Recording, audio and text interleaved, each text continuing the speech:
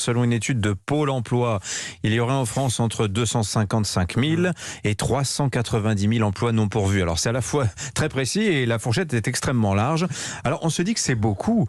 Eh bien Pôle emploi relativise le phénomène et nous dit bon non, c'est marginal. Ça vous agace. Oui, là je crois que Pôle emploi se plante complètement et sous-estime le phénomène. En fait, Pôle emploi essaie peut-être de se dédouaner de son échec relatif à placer les demandeurs d'emploi auprès des entreprises. En fait, faut regarder la méthodologie. Pôle emploi regarde les recrutements qui sont abandonnés par les entreprises faute de candidats. Alors c'est vrai que quand on regarde ça, Pôle emploi nous le dit, on était à peu près à 300 000 emplois non pourvus avant la crise. On est sans doute un peu plus aujourd'hui, pas loin de 400 000. Pôle emploi nous dit que ces abandons représentent de 1 à 1,6% de l'emploi salarié. Donc oui, présenté comme ça, en effet, c'est pas très spectaculaire.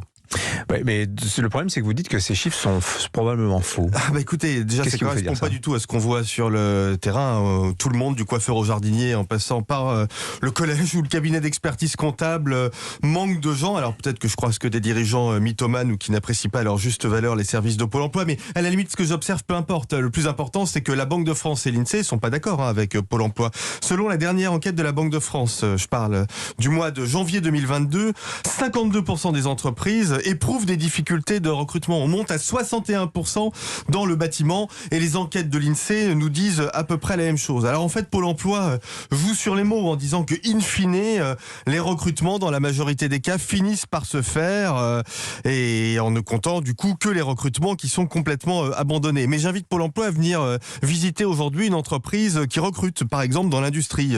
C'est complexe, c'est pas simplement une question de salaire d'ailleurs, mais surtout c'est très long et du coup ça coûte très cher et c'est autant d'argent, ce coût du recrutement, qui ne sera pas investi ailleurs. Donc peut-être qu'avant de nous dire qu'il n'y a pas de problème, Pôle emploi pourrait être plus efficace et présenter les bonnes personnes aux bonnes entreprises. Nicolas, ça fait au moins 20 ans que j'entends dire qu'il y a 300 000 emplois non pourvus en France. Vous venez de nous dire, alors il y a une question de salaire bien sûr, d'attractivité, mais qu'est-ce qu'on pourrait faire pour dénouer ça? 3 choses. Déjà, il faut former mieux, c'est-à-dire arrêter les formations sans débouché ou les formations au loisir.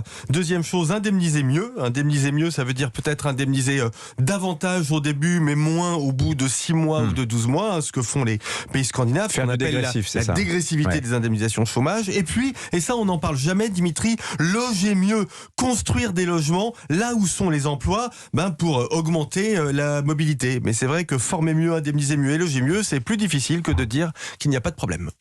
Pôle emploi n'est pas constructeur immobilier, ceci dit. Mais enfin, j'entends bien. Merci beaucoup Nicolas Bouzou, bonne journée à vous.